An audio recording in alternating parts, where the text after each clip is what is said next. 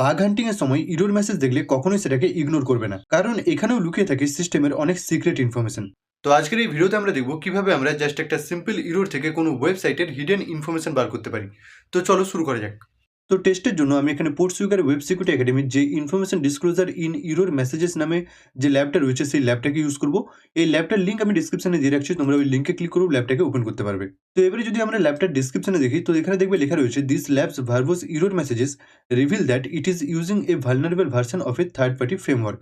তো বেসিক্যালি এই ল্যাবটার মধ্যে আমাদেরকে একটা ইরর মেসেজ জেনারেট করতে হবে, যেখান থেকে কি হবে না, একটা থার্ড পার্টি ফ্রেমওয়ার্কের ভালনারেবল ভার্সন রিভিল হবে বা বলতে পারো লিক হবে। তো টু সলভ দ্য ল্যাব, অর্থাৎ এই ল্যাবটাকে সলভ করার জন্য obtain and submit the version number of this framework.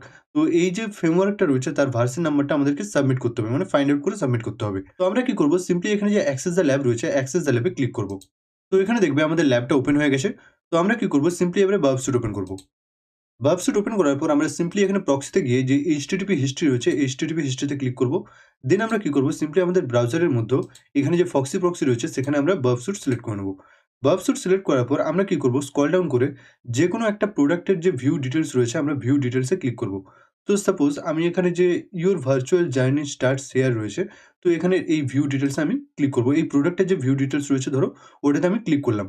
Click করার পর আমি যদি এখন বার্ব স্যুট ওপেন করি, তো দেখবে এখানে আমি যে প্রোডাক্টটাতে মানে সিলেক্ট করেছিলাম বা আমি যে প্রোডাক্টটার ভিউ ডিটেইলসে ক্লিক করেছিলাম, তার রিকোয়েস্টটা আমার এখানে ক্যাপচার হয়ে গেছে। তো এখানে দেখবে প্রোডাক্টের ডিটেইলস দেয়া আছে। তো আমি কি করব, সিম্পলি এখানে রাইট ক্লিক করে এই যে রিকোয়েস্টটা রয়েছে, এই রিকোয়েস্টটাকে আমি রিপিটারে সেন্ড করব। তো রিপিটারে সেন্ড করার পর আমি যদি রিপিটারে যাই, তো এখানে দেখবে একটা প্রোডাক্ট আইডি রয়েছে, যে প্রোডাক্ট আইডি = 9।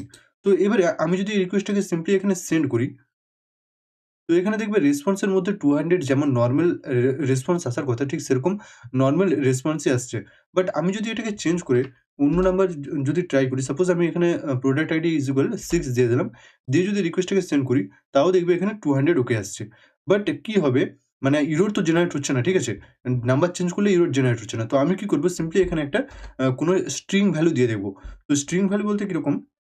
না, সাপোজ আমি এখানে টাইপ করলাম যে HACK, সবগুলো ক্যাপিটালে দিয়ে দিই, ঠিক আছে?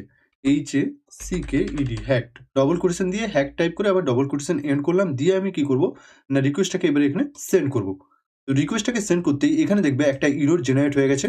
তো 500 ইন্টারনাল সার্ভার এরর বলে। তো আমি যদি স্ক্রল ডাউন করতে থাকি এখন, তো একবারে নিচে দেখবে অ্যাপাচি স্টার্স বলে একটা ভার্সন নাম্বার বা ওখানে যে ভালনারেবল যে ফ্রেমওয়ার্কটা ছিল, তো তার যে ভার্সন নাম্বার সেটা আমরা এখানে পেয়ে গেছি। তো আমরা কি করব, সিম্পলি ব্রাউজার ওপেন করব।